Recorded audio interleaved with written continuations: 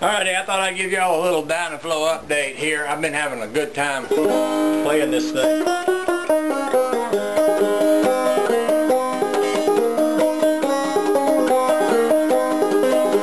This will do anything I want it to do. And if you play banjo a lot, you'll probably know what I mean by that. And I'm just loving it. Even with the short neck, it'll do anything I want it to do.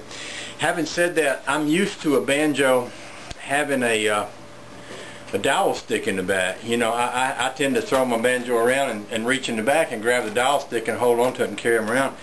And it occurred to me the way I set this up, there's no dowel stick in the back. But I also remembered that I had an old push rod out in the garage, an old aluminum push rod.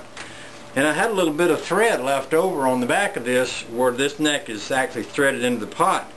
And I thought, well heck, I can take that aluminum push rod. I actually re-drilled the hole, make it a little bigger so I can reach back here and grab it like this. And then I can grab it, kind of get the same effect of having a dowel stick in the back for carrying, you know, for carrying purposes. Makes it nice and handy, and with that clear head you can sort of see the push rod sticking out there. Just tells the whole world, just in case they don't already know it, what a motorhead I really am. So anyway, that just tickled me, so I thought I'd share it with you. Y'all have a nice day.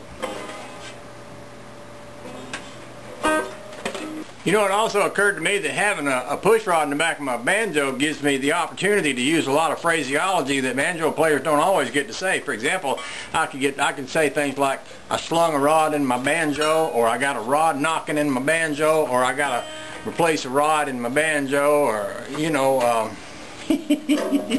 just a whole world of extra fun begins to come into play here pretty quickly. I sure am liking this. I wonder if I can mount a hood ornament on it somewhere. Just joking. All you banjo purists don't write in, okay?